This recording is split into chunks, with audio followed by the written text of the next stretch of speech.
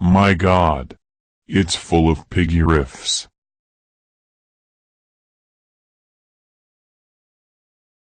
Before I start, actually, this counts as a start too, sort of. I need to mention all the delusional fantasists out there who reviewed this album just a day after giving it the first spin. I am not referring to people who had an advance copy, though I can't imagine many getting a copy of TW before 20th September, because even the band itself didn't have the CD for sale on their current tour, just 6 days prior to the release date. The merch stand only had the new single for sale. Furthermore, I talked to all of the band members days before the release, and they hadn't even seen a physical copy yet. Such people are indeed optimistic hacks, clueless amateurs, attention-seeking phonies, not real music fans, maniacs in a rush to add the review to their YouTube channel, or at best they happen to be just overly eager kids jumping to judgments. This last category can be forgiven for dishing out a review of this album only hours after its worldwide release. Adolescence is a time of great confusion and hormonal delirium. But anyone else, who is well within beer drinking age, ought to know better than to rush and write about a Voivod album, as soon as he hears it once or twice. No, thrice isn't quite enough either. You can speed rate an AC/DC album, easily. You can quickly is a boring new Slayer album, almost as easily. And, man, when it comes to power metal, you can instantly rate that shit, and you can do this before you have even pressed play. Power metal is magical that way. You know what the music sounds like before you even hear it. There is no sonic magic in shitty, cheesy garbage though, only the weird magical mystery regarding how and why it has any fandom, to begin with, plus the magic of its incredible dreariness. So yes, there are certain bands and shitty ultra-generic genres whose predictable, conveyor belt mucus. Sorry, been mixing up the words mucus and music recently, due to Sony Mic's recent decision to rename themselves to Rate Your Mucus.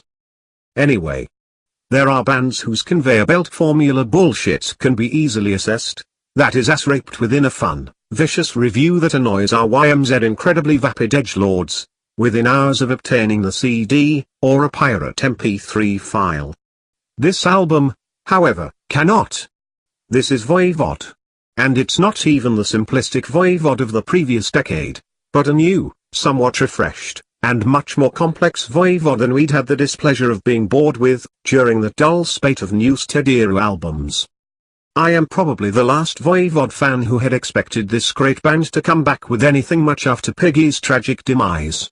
Aside from the fact that I am anyway highly skeptical about 80s metal bands dishing out good new music several decades after their glory days, almost never happens. Essentially Voivod were anyway on a steep downward trajectory, which started already back in the mid-90s, while Piggy was still very much alive and active. I had already written them off after Phobos, the last Voivod CD I'd bought. Then in 2005 he was gone, and even that faint glimmer of help of good new Voivod material went out the window, at least as far as I was concerned. I expected absolutely nothing from them at that point onwards, zero. Target Earth was an improvement over the abysmal 2003 to 2009 rock Voivod era, their worst phase by far, but it was nowhere nearly good enough to make me get hopeful about Mongrain himself, who, I assume, has been their principal music writer this decade. And then Blackie left the band. He had been the only one aside from Piggy to have any kind of relevant musical input. Snake writes the lyrics, Away is the driving force, the quasi-manager, and the gifted concept artist. Yet neither of them are real songwriters. So by all logic, the band's albums should be getting, even, worse. Or? Logically, they should. But, somehow, mysteriously, inexplicably, the opposite happened. With TW the band recorded their best album in 20 years. Admittedly, this isn't saying much, given their mostly below average output from Nigatron onwards, but they are back with some decent tunes. The 2016 EP already showed improvement over Target Earth, so it's not as if I was expecting a dud. But, for whatever reason, I never trusted Mongrain to deliver anything. Actually, it's not that I didn't trust him. Specifically, it's just that I didn't trust anyone to fill Piggy's unique dissonant shoes. doubtlessly one of the greatest, and most underrated, composers of the past century. Yes, composers. You bloody clueless hipster sheep. Additionally, I have to admit I was a little prejudiced against Chewy, due to his, admittedly limited, involvement with the hugely overrated, shitty noise outfit, Gorguts, a band that stands for, nearly, everything that is wrong with modern dissonant, atonal metal. Edgelord metal. That is metal for our YMZ, pompous, childish edgelords for whom it is simply a badge of honor to pretend to listen to pseudo-artistic atonal dreck, not actual, musical joy. You know who you are. Abysmal. Turl. You know you have never actually enjoyed that shit. You know you haven't. Gorguts sucks, but I've already written extensively about them, and those like them. I've met Chewy on 2 occasions, during Voivod's 2017 and 2018 tours. I've seen Voivod 3 times altogether. The first time with the Piggy, Eric, away lineup. The guy is smart, very friendly, down to earth. In short, likable. And after I had found out that he actually took the time and energy, that is had the enormous patience, to transcribe the music from 3 of the band's 80s albums, I completely dismissed any negative thoughts about him. I have recently bought 2 of those, very hard to obtain, tab books, Killing Technology and Dimension Hate Ross. I can't imagine the work involved in one person putting in all that effort, and for relatively limited financial gain.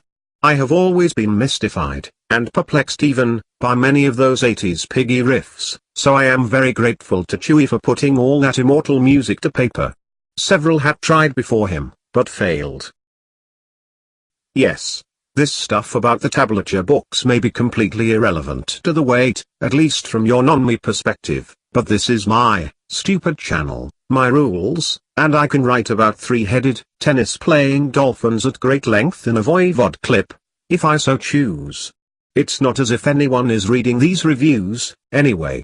I am actually aware that I'm talking largely to myself whenever reviewing anything, post-banishment from Rachel Mucus.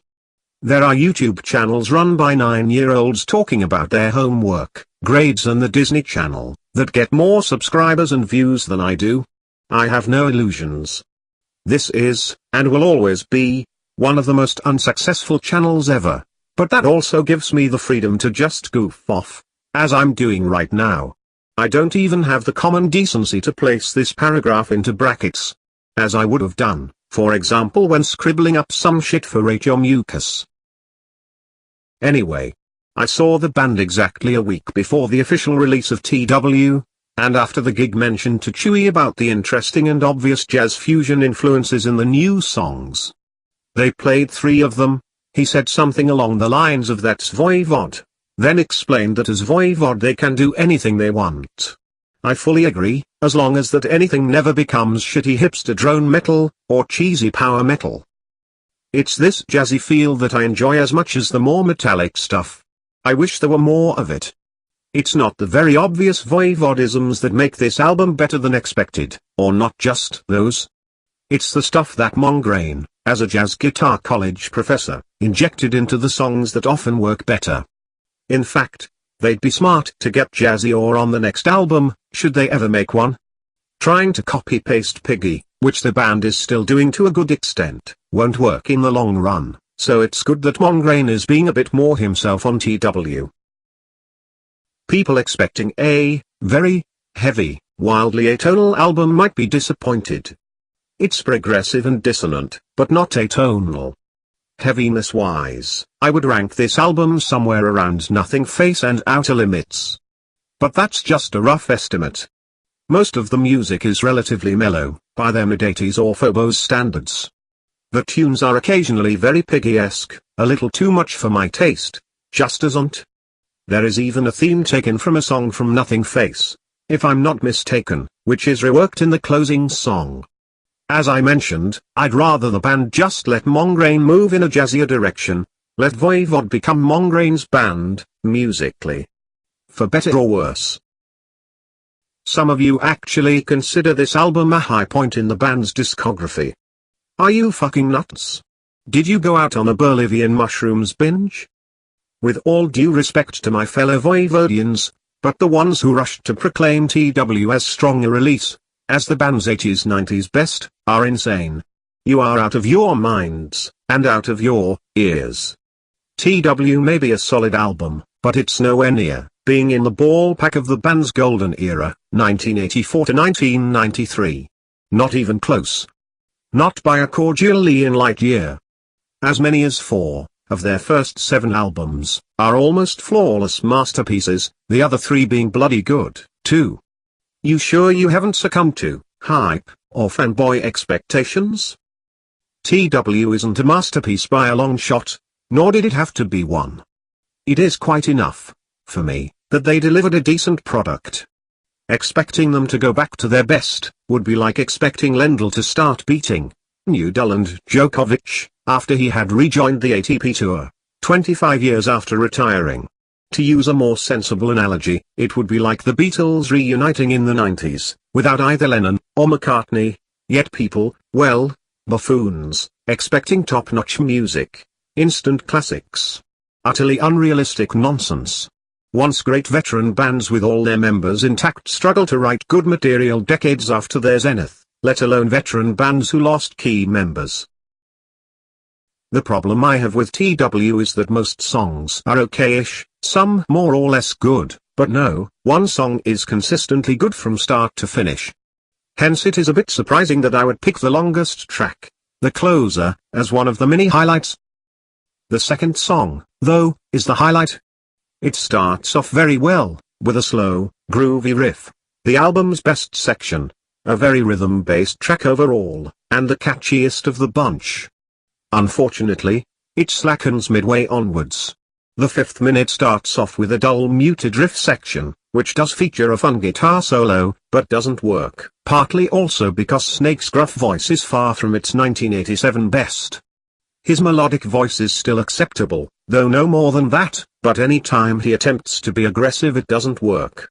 His growls, shouts and screams were brilliant in the 80s, suited the music perfectly, but time destroys many great voices. Aren't I the wise one? Essentially, the album starts off solid, with 2 good tracks, and finishes with an interesting song, but the stuff in between just doesn't do it for me. Too many tunes sound awfully familiar, and Snake's voice is weak. Some vocal sections are quite dreary, such as that tired mediocre tune in the 2nd minute of Orb, or the first vocal section in Always Moving, just to name the more obvious examples. Admittedly, that's not entirely Snake's fault, unless he actually wrote these segments himself. Sound-wise, the production is neither blistering, as I would prefer it, especially from Voivod, nor forceful enough. A heavier approach might have helped, perhaps, though it wouldn't have significantly improved the album. The band hasn't had an above-average produced album since the late 90s. I have no idea why that is. Unfortunately, this is one of those albums that are more fun on the first listens, than after one has been acquainted with the music well.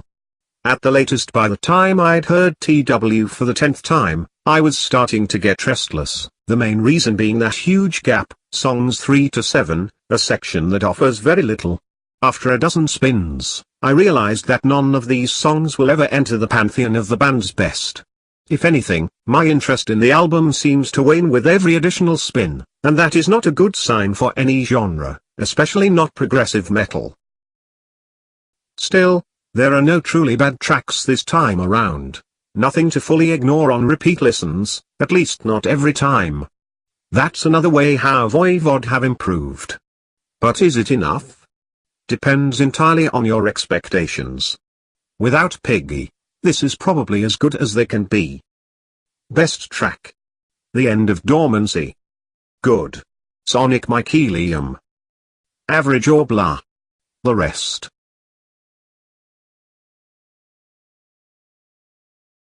This is how brilliant people, with amazing ears, rate Voivod's albums.